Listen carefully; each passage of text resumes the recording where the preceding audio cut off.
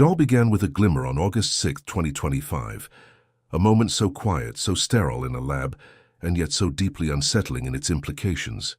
The James Webb Space Telescope, the most powerful observatory in human history, was forced into emergency override mode.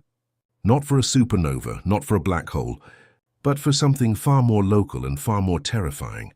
A comet, or at least something that looked like one, designated 3I Atlas. It was first assumed to be another interstellar wanderer, cold, silent, and predictable. But when Webb's sensors locked on and the first wave of data poured in, what they captured wasn't just unexpected.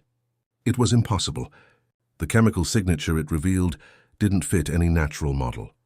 The ratios were grotesque, the elements mismatched, the behavior erratic.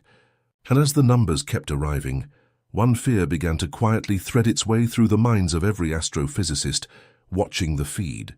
What if this isn't a comet at all? What if this is something sent? Stories like this are exactly why you should subscribe right now, so you never miss these deep dives into discoveries that could change our view of the universe forever.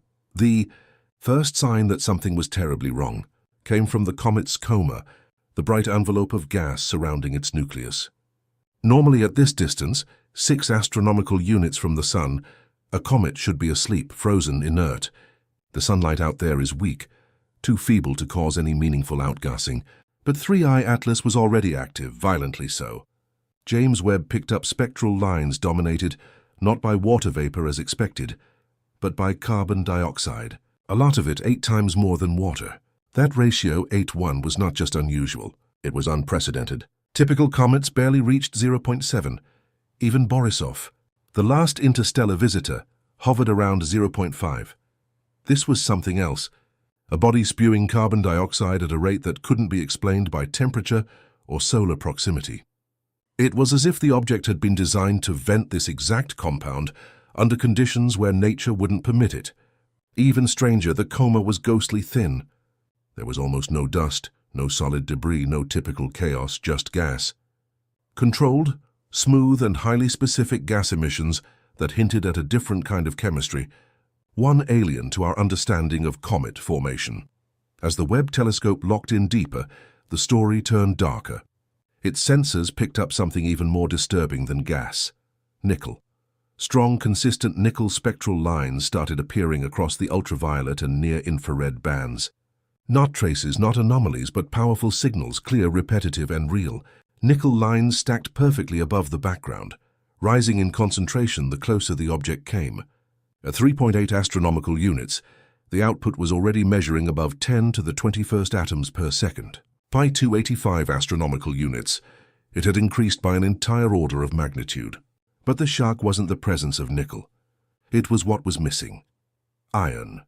Across all instruments from Webb to the Very Large Telescope to Gemini, iron was absent, flat, dead. No signal, no trace, not even noise. And that's not normal. In every natural comet and meteorite ever recorded, nickel and iron are partners.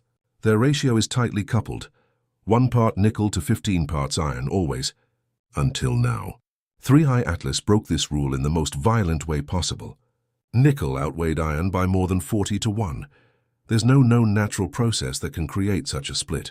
In labs, separating these metals takes energy, machinery, intent. And here, drifting silently through space, was an object doing it passively, or maybe not passively at all, even before the chemical signatures were fully decoded. Something else caught the eye of the Pan-STARRS tracking network. 3I Atlas was accelerating, but not like a comet would. Not from solar heating or pressure. It was too far from the sun, too cold for sublimation jets to generate that much momentum. And yet, over the span of just 72 hours, the object's velocity increased by 0.12 ms2. That number may sound small, but for a body 11 kilometers wide, the size of a city, that kind of acceleration is immense. Like seeing a cruise ship pick up speed in the middle of a dead calm ocean without engines. The change wasn't smooth either. Analysts observed micro-jumps, jittery flickers layered over the main arc of motion, as if something inside the object was turning on and off and on again. Attempts to explain it through outgassing, fractured crusts, or solar winds failed. None could match the rhythm. None could explain the regularity, because it was regular. Every 7.2 hours, 3i Atlas brightened sharply, predictably like a lighthouse. The brightness curve wasn't chaotic like tumbling debris. It was locked clockwork. Some suggested a sheet-like surface catching sunlight. Others proposed a hollow rotating frame. But one thing was clear. This wasn't a rock. It was something moving with precision. And here's where the science begins to tremble.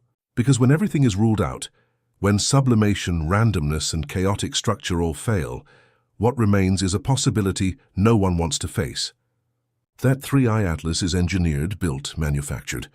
Perhaps not by intention. Perhaps it's debris. A fragment. A derelict vessel from a civilization that died before Earth grew forests. But maybe it's something worse. Something alive. Probe still active. A mechanism still responding. A system that sees us and doesn't care. One that follows a trajectory not set by nature, but by design. Because no comet should wake up in the deep freeze, emit metallic nickel without iron, accelerate without fuel and spin with mechanical rhythm. And yet here it is doing all of that in front of our best instruments with no effort to hide. The James Webb override wasn't just a technical reaction. It was a whisper of panic, an unspoken consensus that this isn't normal. That this might be the first time we're looking directly at alien machinery. And even if we're wrong, the simple fact that we can't tell the difference anymore, that alone is the warning. As the acceleration data sparked debate across observatories, a new stream of information emerged, one that was even harder to dismiss as natural: the light curve. Photometric data from Gemini South and the TESS Space Telescope revealed a periodic brightening of 3i Atlas every 7.2 hours. That in itself wouldn't be too unusual. Many comets and asteroids tumble and reflect sunlight in repeating patterns. But this was no chaotic tumble. The brightness spikes were too clean, too exact.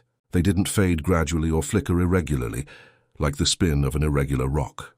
They appeared and vanished like a beacon, on and off in perfect intervals. Even when gas emissions increased and the object accelerated, this light rhythm didn't change. It held its cycle like a metronome. This stability suggested something far more structured, something that wasn't just responding to sunlight randomly, but reacting with precision. Some theorized it could be a light sail, a wide reflective structure designed to catch solar radiation.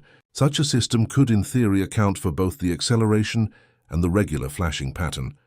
Others proposed a rotating platform with flat panels, but all agreed. The behavior didn't match any known natural object. This wasn't a spin. It was a signal, a mechanical pulse. And with every pass, it whispered the same message to the instruments watching from Earth: "I'm not what you think I am." The moment everything shifted came not from the object itself, but from the people observing it. On August 6th at 2:11 GMT, ground-based observatories sent an alert to the Webb Control Center. The spectral data pouring in from other telescopes couldn't be ignored. CO2 emissions off the charts, metallic readings spiking, and a sudden velocity curve that made no gravitational sense. That's when it happened. The emergency override, an extremely rare protocol that interrupts every scheduled observation and diverts the James Webb Space Telescope from its long-term mission to investigate a single anomaly. It's a move that burns precious time, fuel and budget, and it's only been executed a handful of times since the telescope was launched, and never before for an interstellar object.